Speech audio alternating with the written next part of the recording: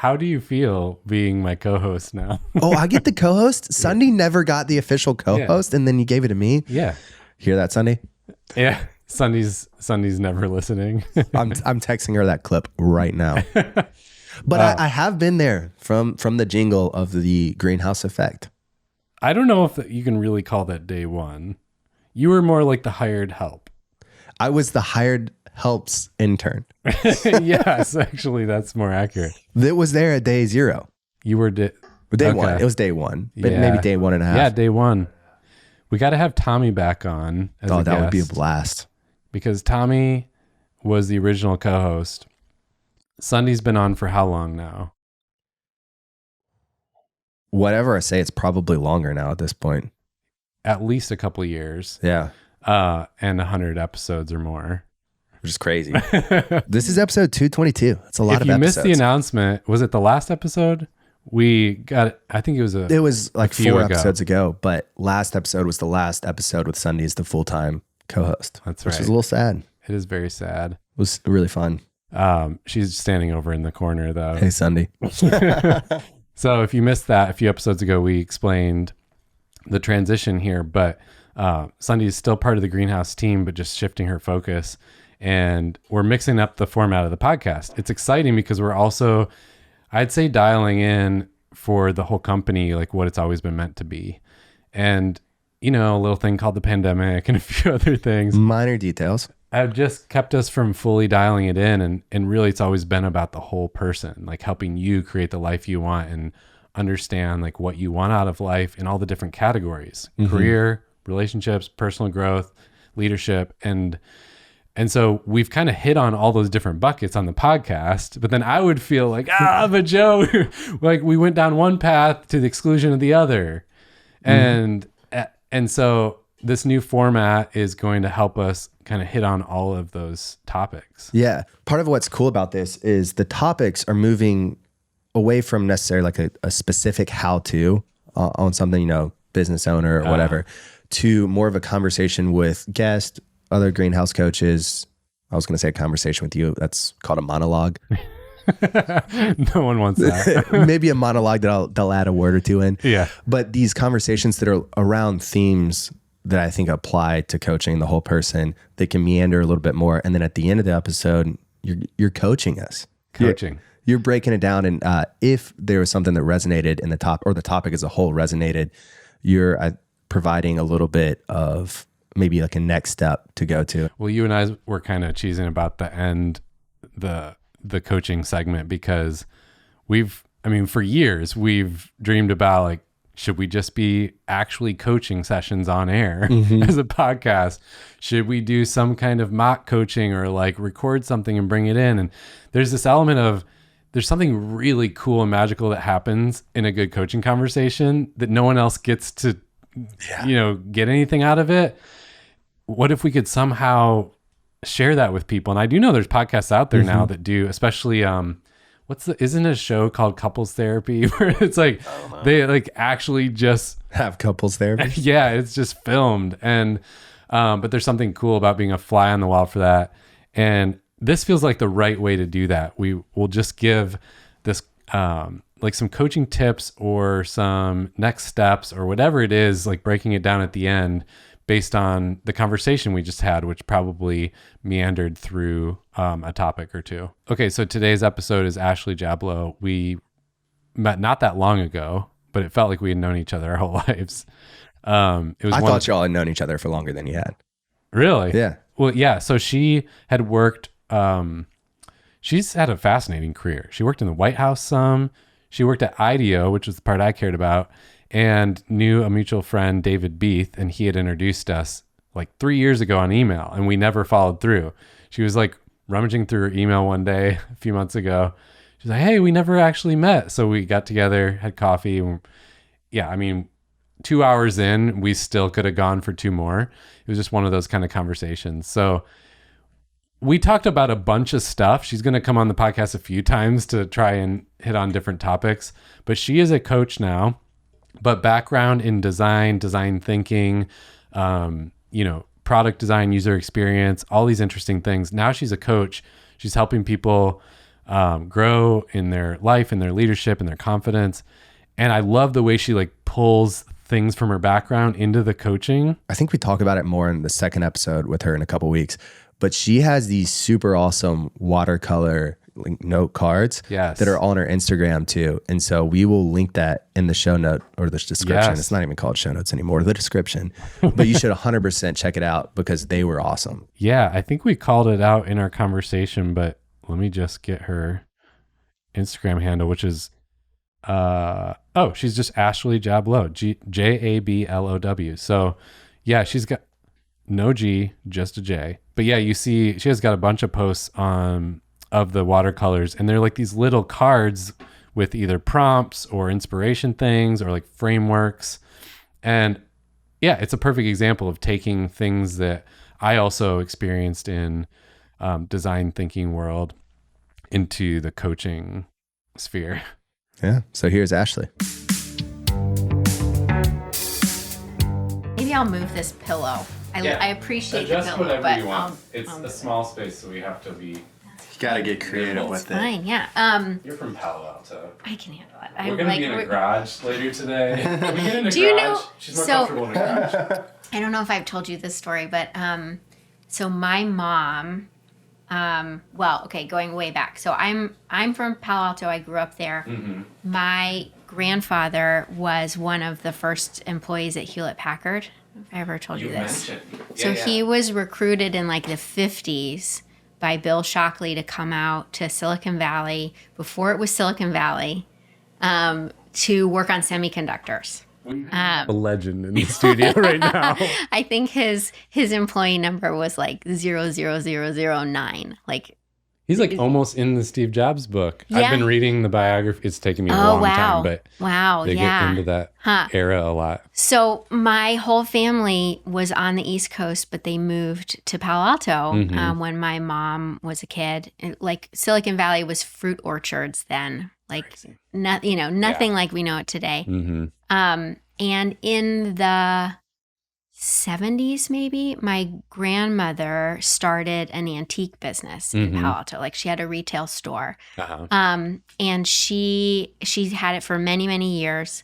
And then when I was born, my parents separated and my mom went into business with my grandmother and converted the whole thing into a bead business. Okay. So my mom has been selling beads for 40 plus years, put me through private school, put me through college, the whole thing.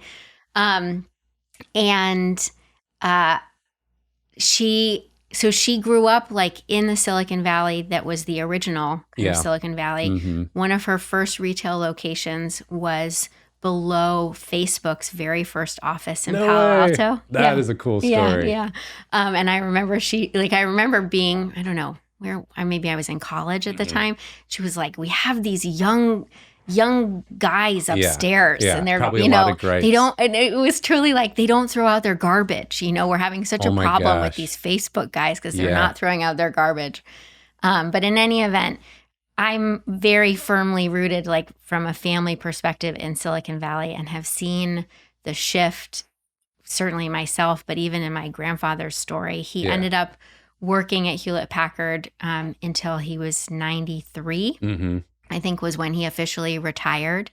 And then he consulted for Agilent for a number of years. they couldn't get rid of him. Yeah. So I'm very proud of my Silicon Valley roots and very proud of the bead business that put me through school. You could sell these stories. You could sell the gripes about Facebook early, like the things she heard. That's so true. I probably could. You could sell it in like what is it called? Like the images that are now digital products. That's crazy. You talking about the NFTs? NFTs. Oh, you could sell some like early Facebook gripe NFTs. Oh gosh, yeah. My mom is always innovating. She's always on her toes. Oh my gosh, that's so cool. So what's fun to me about that is I grew up in a very like, I never know what to call it because it wasn't blue collar, but it was Midwest. There definitely wasn't like banking or anything in town. It was actually pharmaceutical manufacturing. And, family roots were a little more blue collar or like lower middle class and Midwestern jobs and stuff. I mean, we thought it was normal until we grew up and went other places. But I always had like an innovative spirit and an entrepreneurial spirit in me that didn't fit in where I was at. So it was like, you're always kind of looking for those, you know, whatever, when you see stuff or even just in a movie, like that resonates with you. Silicon Valley, I didn't realize it till later, was kind of like this utopian, almost like this thing to me that I looked up to. Yeah. So actually from a young age, IDEO, where you worked, was like my idol. I was like, one day, that's what I want. Because I wanted to be an inventor. I was like, oh, wow. There's this company called IDEO and they invent stuff. And just Silicon Valley, as it was starting to become a thing, to me was like, oh, that's the dream. Yeah. And so it's just fun. Like your stories to me have a bit of that. Yeah, absolutely. That like nostalgia thing. I mean, I grew up going to school down the street from Stanford. You know, we got started talking about my mom and my family because for a while my mom did run her business out of our garage. So like the first core, bead startup. Yeah, really. And so I grew up really, you know, absorbing that. Even at the time, I knew it was kind of rarefied air. I knew there was something really special about this place. And it totally informed, I guess it gave me like a halo effect. I felt really special. I felt really unique to be from this really incredible place. And I feel so lucky that I got to see the growth of Silicon Valley during that really, really pivotal time. And it's also really interesting, right? As we get older and we start to have different perspective on our childhood, different perspective on what home means. I go back now and it's such a joy to see friends and family. It's such a joy to, you know, oh, this is where I used to love to get sushi, or like, you know, I love going shopping at Stanford Shopping Center, you know. But it's not what it was. And I can't tell if that's because the place has actually changed or because I've changed. Maybe both. I don't know. Probably a little both, yeah. But it's funny because I never thought I would live anywhere but the Bay Area. Yeah. And multiple times my life has taken me in a different place, like literally a different geography. Yeah. And now I'm kind of good with that. It took me a really long time to reckon with that. And I still have, I mean, you see me talking about it. Like, I'm so proud to be from But Palo you went Alto. to University of Michigan and then you met the best people on earth. So then you're like, actually, this is home. Some of the very best people I know are University of Michigan alums and fans. Absolutely. Oh my gosh. I want to talk about football so bad. And Joe has a football podcast. I mean, it's other things too, but it's a lot. But it's mostly called football. Undrafted Amateurs, slight plug. It's like, appreciate it. They do a lot of NFL stuff. So this is his. Oh, that's these funny. couple of weeks are like his. This is his day. Yeah. Well, unfortunately, I would be a really boring guest on that podcast. I would too. I mean, growing up with Lions, it was hard after Barry Sanders to watch. Yeah. So, and then I never had a team where I lived. So it's also hard for me to get into pro, and I try to participate. I just struggle.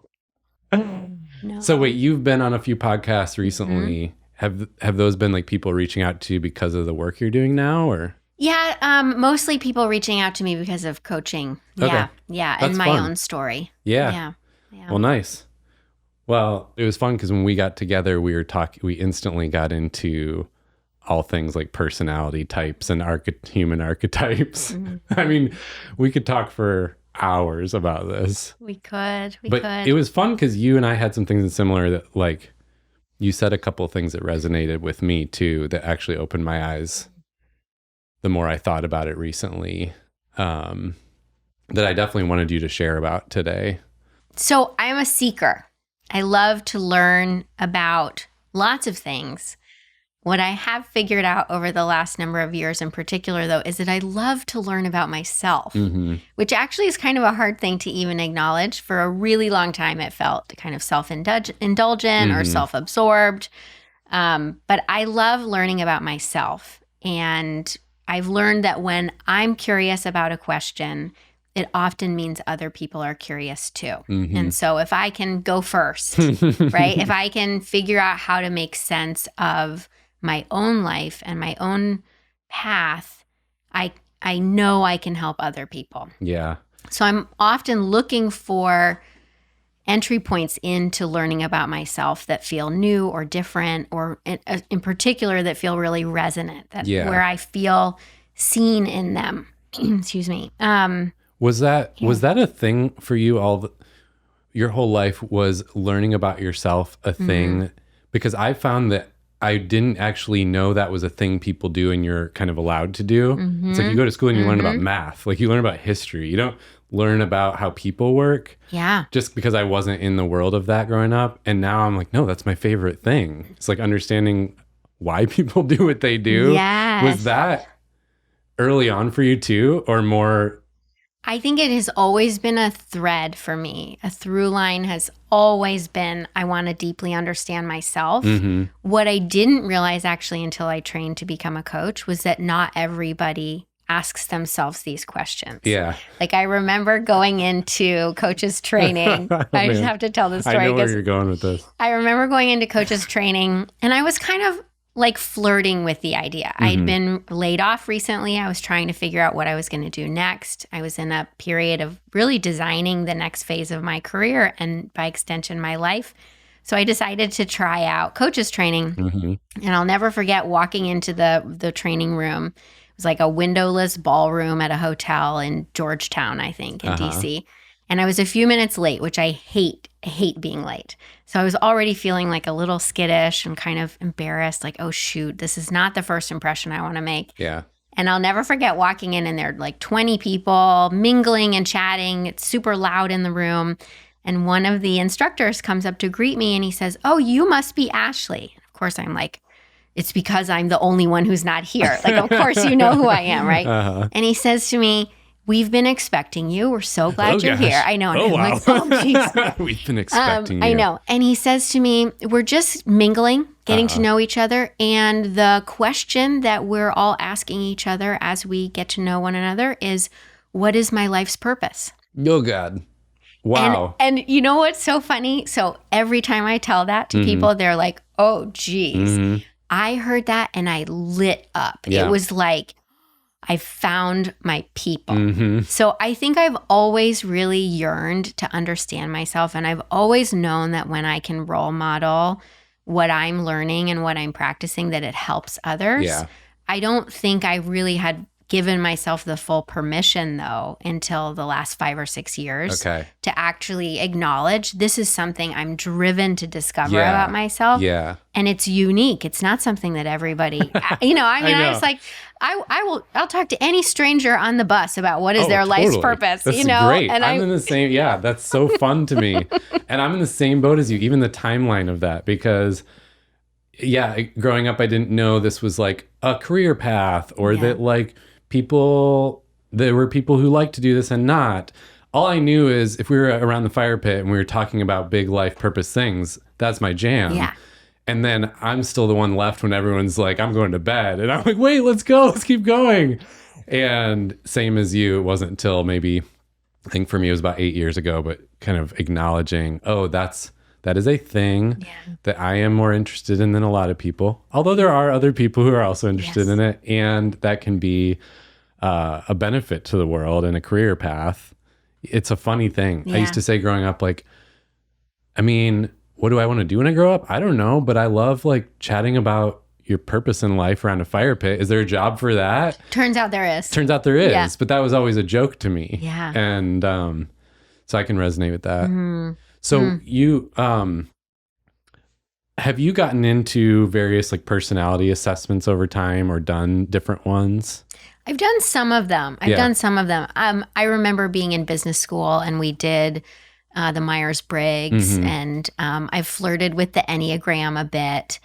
I don't know. That's funny because some of those assessments almost feel too quantitative to me, like too much about fitting into a box. Yeah. And I haven't totally found them to be really resonant. Yeah. The one that I've shared with you that I kind of stumbled on myself a year or two ago is human design. Yeah. And human design has probably been the closest I've come to seeing myself in a mirror and saying, oh, that's me. I recognize myself. Yeah.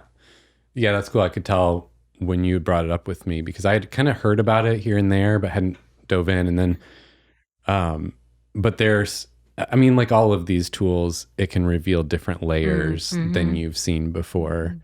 And something popped out to me that I've noticed like a lot of creatives or people helpers resonate with.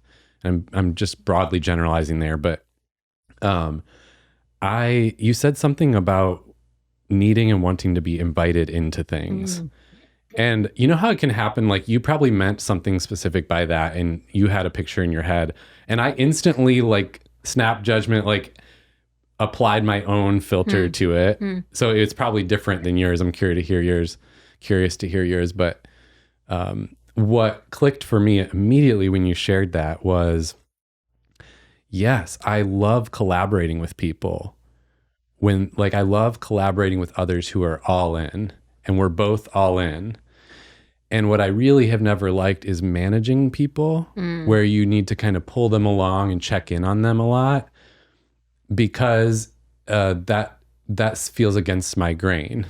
I don't want to cajole or force anyone into anything, but when they're in and I'm in, I love it. And actually as a leader, that's where I'm a great leader. I'm not a great manager who needs to kind of like check in and be like, did you do that? And that's a dynamic I've always noticed more and more over time, but never had words for. Shows up in my personal relationships too, in my marriage. And like something about when you shared that aspect of your human design needing to be invited into something, it made me jump right to that, which was a big light bulb for me. Now, I've noticed since that conversation, though, like the downside is I never fully heard what you meant by that. Oh, interesting. Okay. Sorry. I just instantly was like, yeah. Well, but so this is the thing, and I can really only speak from my experience because I'm not an expert in human design. I'm a student for sure. But so human design, I think of it as sort of part science and part spirituality. It's a mix of a whole bunch of different Eastern philosophies and traditions. You know, it looks at the zodiac and the planets and what position they were in when you were born. And it spits out essentially a blueprint for how to understand yourself. But it's not like StrengthsFinder or Myers-Briggs where it's about your leadership or it's about, your kind of inherent skills. It's more about actually how you manage energy and how you are designed to make decisions and truly like what part of you is best positioned to make those decisions. So what is your strategy for moving through life? And how do you know when you're moving through life in an aligned and authentic way? So that they talk about, energy types, they talk about strategy and kind of your authority for how you make decisions. The thing that's been so interesting is there's also, they call it when I say they, I mean scholars of human design, teachers of human design, they call it your not self theme. So how do you know both when you're in alignment, what does that feel like? And then also when you're out of alignment, what does that feel like? And for me, that has been so resonant and so eye-opening because it's really given me both language to describe like what's going on with me right now. I just feel really like bitter and resentful and I can't figure out what is that trying to tell me? Oh, it's actually for me and my unique signature. It's telling me I'm out of alignment, right? It's like a breadcrumb to pick up. So it's given me language to see myself and describe myself. And it's also really given me permission to be honest about what I'm actually all about and who I am and what are my gifts and how do I best express them in the world, right? How would you describe some of that stuff at this point? So I'm a projector, which is my energy type, which actually means I don't create energy. I absorb and kind of take in other people's energy, and that fuels me. So, for example, when we have a great conversation, Steve, I will feel like I could go run a marathon afterwards. And that's not necessarily because I've created that energy for myself, but because I feed off of the energy that we create collectively together. Can I get credit for the marathon? Absolutely. I don't know if a marathon might be extreme. I never run it, but like I have done many. a marathon. That's awesome. So no, that's a helpful description. Yeah. Okay. Yeah. So a projectors, and there are 5 energy types in human design. I won't go into all of them, but as a projector, my strategy, so the way that I can move through the world most successfully, and see the accomplishments, see the fulfillment, the true impact that I want to make, is by being recognized by other people first, and then being invited to share what I know. Yeah. So projectors are systems thinkers. We can see new, more efficient ways of moving through the world, whatever that system is. And part of that is because we just have sort of smaller energetic batteries than a lot of other people. So we have to be really efficient with our energy. So my strategy is to be invited, just like being invited onto a podcast, right? And when I started to look back on all of the moments where success has come easily to me, it is because someone has either deliberately invited me to do something, like be on a podcast, or sort of energetically let me know, hey, Ashley, I'd like your perspective on this. So did you struggle in jobs with, you would do great work, but wouldn't, okay, yeah. Yeah. So see, that's where the connections work. Cause even though I'm not the projector type, right? But I resonate with that where I think I've shared it on the pod before. It's like I wanted to just do great things and then be acknowledged for that. But a lot of workplaces, you have to kind of fight for your own and brag about yourself. Yeah. And I find that to be true among peers in this kind of work. And so when I think about my own career, the times where I have felt like I'm, beating my head against the wall have been the times where I have felt unrecognized, where I have felt unseen, or when I was trying to convince people, hey, wait, this is a problem, or this is an opportunity. And it's like literally nobody wants to hear it. Yes. Oh, I've felt that so many times. Yeah. And it's like, you're not being arrogant that you're always right, but when you are, or when what you're saying matters. Yes. But you now have to convince people it matters. That was part of what was so hard for me in kind of the big corporate environment. Yeah. Yeah. But does that mean you also you wouldn't have asked to be on this podcast per se, but me inviting you, you're like, oh, well, absolutely. It's interesting. Yeah. I mean, and this is where there's a lot of nuance that I'm still learning, but I know we've had a number of conversations where it has felt very much like there is an energetic invitation to continue partnering in some way. Yeah. So even if I had said to you, hey, Steve, I'd really like to be on your podcast, there's still an invitation that you're issuing by recognizing me, by wanting to talk to me, by wanting to learn from me. And it's funny because, of course, we all want to be seen. Yeah. We all want to be recognized. And what I'm learning is just like not everybody wants to talk about what is my life's purpose.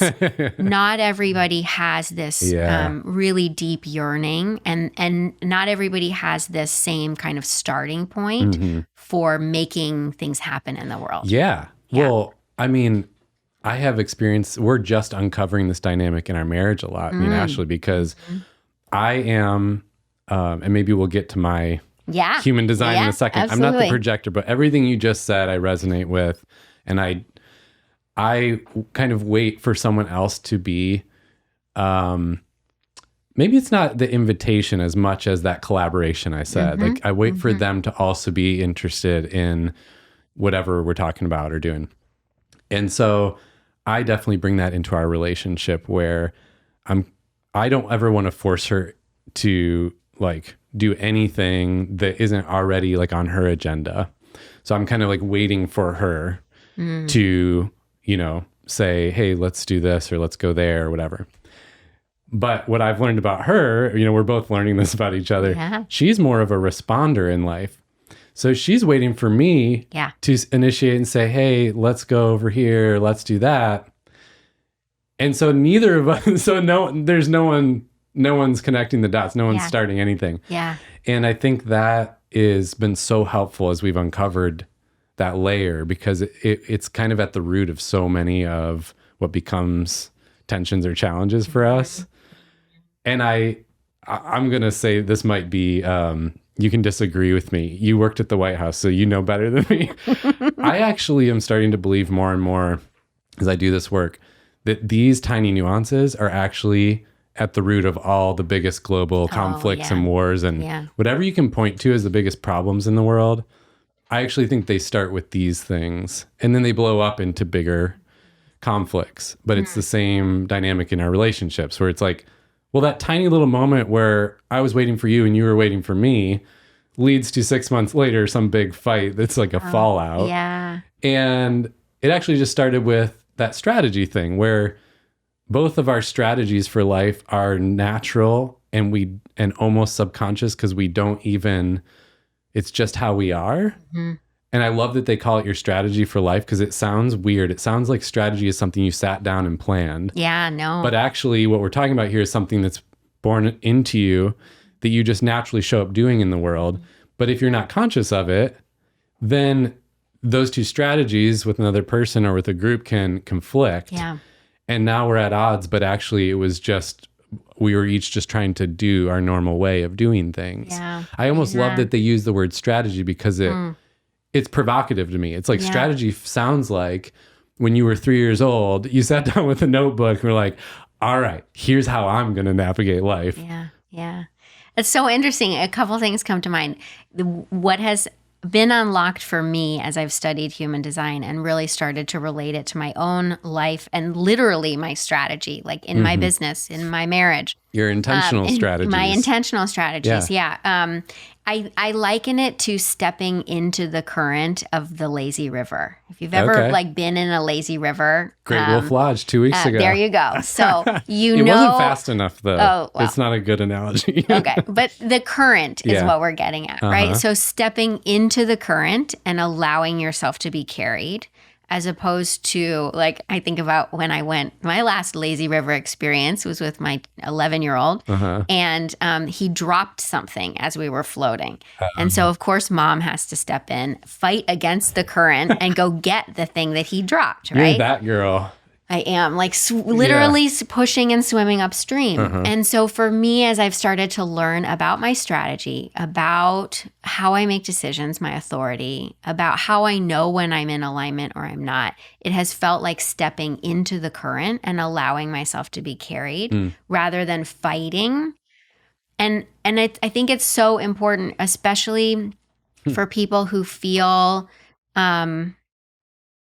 I guess I want to say like othered in some way, whether that's at work or out in society. We are not all meant to fit the same mold. And yet the traditional guidance out there, right? The hustle harder, wake up at 5 a.m, to start your day, win the day kind of thing, all right? All three of us could talk about that one. Not waking up at 4 a.m. Sorry. It's, there are places, I think probably for all of us, where we are not designed to do what everybody else does. And so for me, the biggest unlock has been the permission to say, actually, I live differently. I work differently. That's really important to me. And I'm going to start honoring that and see what happens. Yeah. Right. And see how my success and my impact can be amplified by actually listening to that unique blueprint that's me. Well, you said it earlier, it actually frees others up to be themselves. Yeah. And here's what bugs me. I'll say it because I know a lot of listeners have this too. I grew up I think a lot of us grew up in a context where that was like, you hear those words like be yourself or just like living your true, what's the phrase lately? Like living your truth. And a lot of people, like kind of what I grew up in, can react to that. Like that has a negative connotation. That sounds really self-focused and bad. Or it sounds too woo-woo. Like, oh, that's just like a, weird and new agey. And what I'm realizing the more I get into this stuff is I don't think that's the case. Now, I do think sometimes people can take on these ideas and get very self-absorbed with it. So there's a balance to be had. But I think actually when you start living into how you're truly wired, you free others up to be themselves because they see that. It gives them permission. And we're all going to be better off when we're being ourselves because we need that diversity. Yeah. The problem is when we are trying to, just conform to one thing, we get out of whack, and then, we need 30 years of therapy to even uncover like how we've put on these masks. Yeah, absolutely. So I think it's, I'm just saying that for anyone out there who feels how I do. And it's like, oh, just live your truth. And something deep inside of me still there's that voice of like, no, that's BS. You're not supposed to, that's actually just woo woo. And it's like, I see it differently now. Yeah.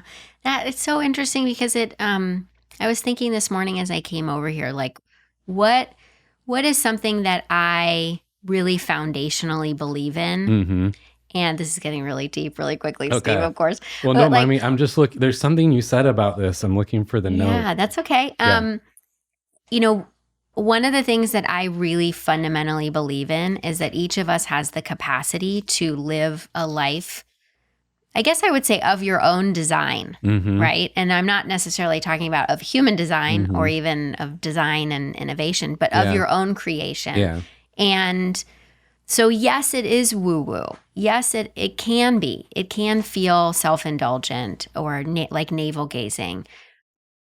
And I really believe that each of us has this opportunity to tune into who we truly are.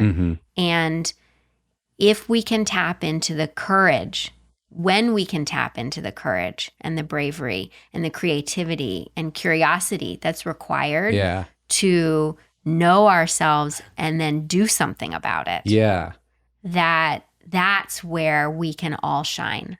Yeah. And I think another flavor of the negative tinge to this is, well, a lot of people, especially at this point in time, we have people like us who grew up with a lot of privilege and comfort, but also generations of people and younger generations, but a lot of people who grew up with a lot more struggle and challenge. And so there's that conflict, and typically it's like, whatever, the boomer versus the Gen Z or something, but it's hey, no, life is about struggle, and you have to also just like,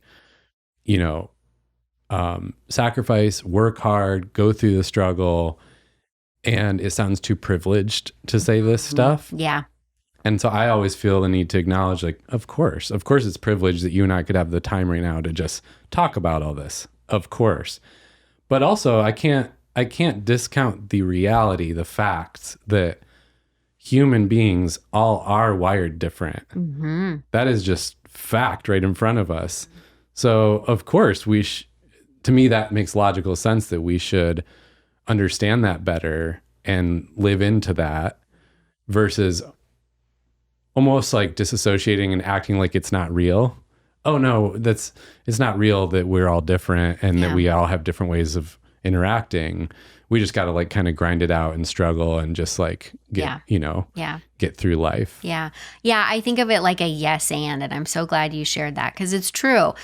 I'll talk to people who've just been laid off and they are anxious about how they're going to pay their mortgage next month. And that's a reality for so many people. Yeah.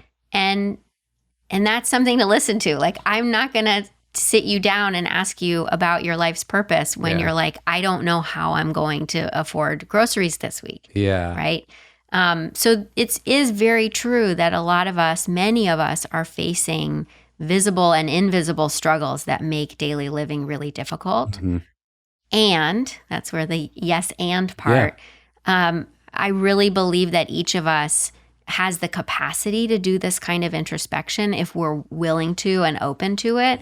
And for me, it's been the greatest opportunity, truly, not just to know myself, which again can sometimes feel self-indulgent or self-absorbed, but knowing myself in service of allowing and opening up that opportunity for other people to do it too. Yeah. Right. When I sit down and I think about, I just recently sat down and updated my values, right? Nice. My values for my business in particular for this year.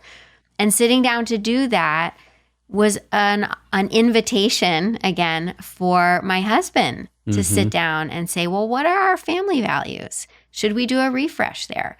Right. And as we are facing kind of a challenging season with a tween. It's a whole new world with a tween, right? That opportunity to sit down and clarify our family values is something that's going to have an immeasurable impact on my son as he gets older. And as we impact him, then you think about him going into his school community and how he shows up with the values that are important to our family, right? And the ripple effect that's created purely by stopping and saying, is there an opportunity to know myself a bit more deeply, a bit more honestly? And then again, like I said, am I willing to actually begin to take steps to recalibrate my life so that I'm living in alignment with who I really am? Yeah. Yeah. It does so much to help human interaction and repair problems when we realize it almost like makes our differences a third party that we can look at separately from like thinking you're so terrible because we had a conflict. It's like, oh no, you have this life strategy and how you're wired, and I have a different one, and that's why like we had that disagreement or tension, or and then on the positive side, it helps all of our relationships and our work and everything to be more productive and fun and positive when we can recognize the differences and how that's a good thing. Yeah. So many of us, in fact, probably every one of us feels lonely and alone when we are faced with environments that don't feel welcoming, environments that don't feel aligned to who we are and how we best work. And the irony is that, it feels so isolating. We feel so alone when we're like, I don't fit here. I work differently than everyone else does. And the truth is we all feel that way, right? And so the more that we can each of us own, this is who I am. This is how I'm best set up to move through the world. This is how I make decisions. This is how I know myself. The more each of us can do that, the more that opens up the opportunity for everyone else to do it. And actually for us to realize, oh, I'm not alone here. Yeah. This is, in fact, it does make me think of when I started my business, Wayfinders Collective. And that is a whole nother story I'll tell you at some point. But I remember, the name Wayfinder came to me. I was actually on a red-eye flight going from Portland to DC. And very long story short, I was feeling totally depressed, totally depleted. I'd just been laid off. I had no idea what I was going to do next. And I felt so isolated. Like, how am I ever going to explain this story? How am I ever going to make sense of this and kind of get back on the horse, And sitting on that red-eye flight, like awake in the dark and just angry. And the phrase creative wayfinding popped into my head. Just out of nowhere, creative wayfinding. And I remember thinking, that's actually what we're all doing. We are all, wayfinding is the act of navigating the open ocean using the stars and the wind and the current and your own intuition to find your way to a destination, right? And that's something we are all doing. And unfortunately, the way this is sort of set up, the way the game is rigged, is it forces us to think that we're by ourselves. I'm on the open seas by myself in my own little rowboat. How am I ever going to do this? When in reality, perhaps one of the most universal human experiences is being out in that rowboat. Yeah. And we're actually all in our own rowboat. We might even be in one rowboat together. I don't know. But that's the thing. So whether you statistically fit into one group or another, we all feel alone, and we all have the opportunity actually to see that shoulder to shoulder, everyone is right with us. I loved this conversation on so many levels because we were really getting into the core of everything Greenhouse is about. Understanding how you're designed, who you truly are, and then living in alignment with that. And not feeling like you have to just fit some mold or just go with, the flow of what has always been, but really taking a step back, understanding what are you interested in? What are you passionate about? What are your strengths? What are your weaknesses? What are the ways that you move through the world, and getting your work and your life aligned with that, so you're not always feeling these tensions. And so I just want to kind of give a bit of a framework of how to think about this. If you were resonating with this episode, if there were certain things that stood out to you, but it's hard to know what to do with it, I want to offer an idea here. So 3 things. 1 is permission, 2 is uncover, and 3 is steps. So 1, permission. Like, you have permission that you don't have to fit the standard box on the org chart, the standard box of how others are doing life.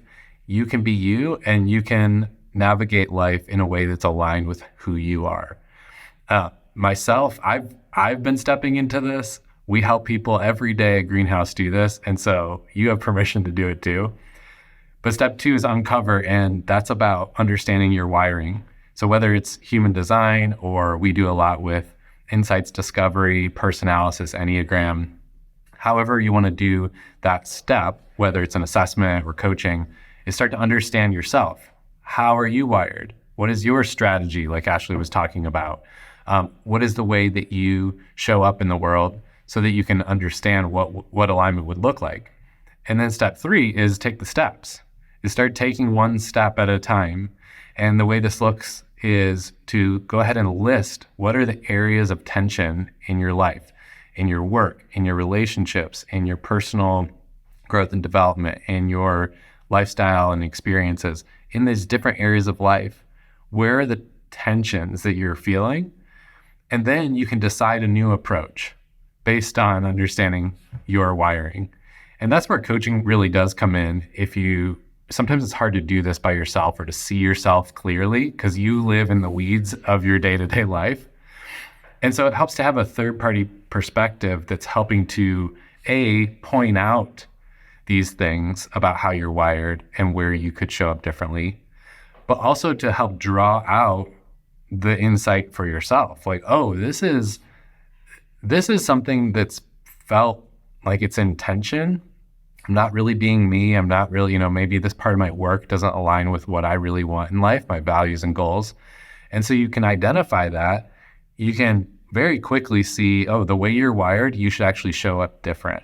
So a great example for me was when I was working in the corporate world, I had to kind of go to an office with a cubicle type setting and sit there from 9 to 5 and do emails and meetings. Now, I'm not saying there's anything wrong with that, but for me, a lot about how I'm wired is variety and freedom to meet new people and explore new ideas. That's where I get my juice. That's where I make the biggest difference and do my best work. And so I realized I can't be in this setting where I'm literally judged based on where the desk that I'm sitting at and for how much time.